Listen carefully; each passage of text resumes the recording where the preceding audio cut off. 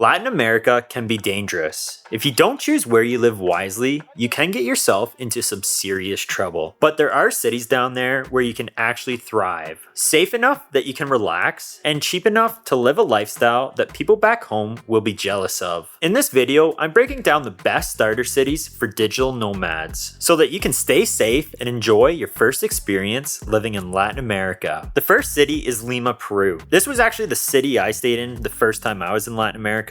And honestly, I think it's the perfect starter city. There's crime that you do have to look out for, like getting your phone stolen and stuff like that. However, it's mostly petty crime, and violent crime is not very prevalent there. It does happen, but as long as you stay in a safe neighborhood, you can keep your risk to a manageable level. I found this perfect as it taught me how to navigate Latin America. And after I spent 3 months there, I was broken into the continent and was prepared to take on more dangerous cities there. It's not the cheapest city in Latin America, but it's also a heck of a lot more affordable than North America, and it offers you an amazing lifestyle that's on the water. Honestly, when I was there, I felt like I was in California with all the nice buildings, being on the water, seeing the Pacific sunsets. Going out to dinner and spending like 25 bucks on a meal that would have cost $60 to $70 back home with multiple drinks at a fancy restaurant, or going to a rooftop bar and spending next to nothing on drinks. Like, the lifestyle you can live there is just incredible. If you plan on going there, I definitely recommend staying in Miraflores and Barranco. If you want more information on neighborhoods, I made a video right here you can check out. And aside from that, I'd avoid going there between May and November, as you won't see the sun.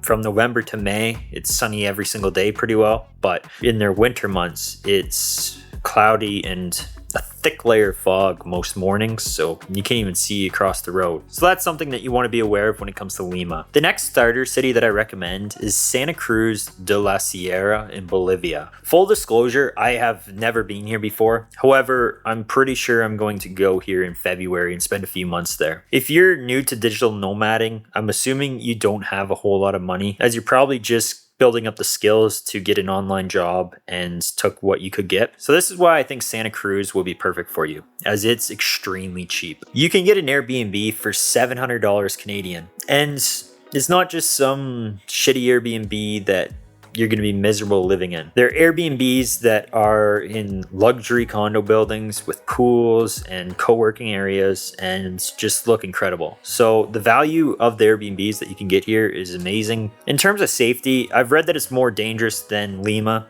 Like, it's not the safest place that you can go. And I've read that there's like express kidnappings and some political unrest there. But aside from that, I don't think there's too much you need to worry about. You want to make sure you stay in a nice area. The nice neighborhood in Santa Cruz is Equipatrol. It looks fairly modern and really safe. If you want to know my opinion on it when I actually have boots on the ground and am touring around, then make sure to click subscribe. As I said, I'm going to be there probably at the end of February, so I'll definitely be making content on it and give you an updated opinion on it when I'm down there. The next city is Asunción, Paraguay. Now, this is also another place that I haven't been before. However, I have talked to a few people who have been there, and they have had nothing but good things to say about it. It's another country that you can live for fairly cheap. It's a little more expensive than Santa Cruz, but it's around the same price, maybe a bit cheaper than Lima. You can get an Airbnb here for about 1,200 Canadian. It's also relatively safe for Latin America standards. It's still yellow on the Government of Canada's website, but from what I've heard from people who have actually spent time with boots on the ground, they felt pretty safe there. As I understand it, it's also pretty laid back, where a city like Lima is very wild and lots of traffic and honking and stuff going on there. Paraguay is a smaller city and more chill, I guess is the best way to put it. So if you're wanting a little less chaos, then this will be a good spot for you. Just like with Lima or with Santa Cruz, it's a good spot to feel out that Latin American vibe and get used to living down there. The next city that I want to mention is Buenos Aires, Argentina. This is one of the safest cities in Latin America. And if you have a low tolerance for danger, then this is definitely a city that I'd recommend. Now, one thing to note with Buenos Aires is it's more European than Latin American. I got a comment on one of my videos the other day that said Buenos Aires is like a little piece of Europe that's been placed in Latin America, and that is a very true statement. The vibe that you get isn't very Latin American, and because of this, it's not a very good city to break you into Latin America and get used to it, as you're not going to experience a whole lot of it there.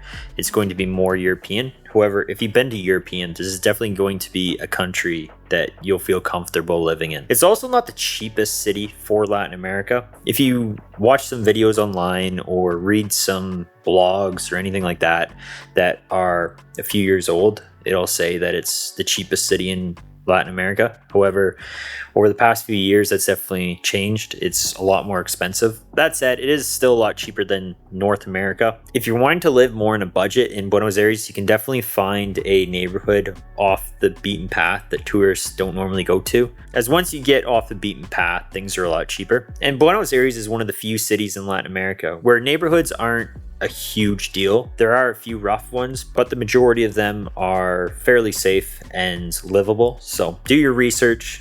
You don't want to get into one of the rough ones, but you can also save some money by exploring outside of the popular neighborhoods. The next city that I recommend for beginners is Panama City. Like Argentina, Panama is also a very safe country to go to. Panama City is very modern and upscale. If you're from North America, you're going to feel just like you're at home. That said, it is one of the most expensive places to go in Latin America. So if you're wanting to live for a budget, then it's definitely not a place that I'd recommend.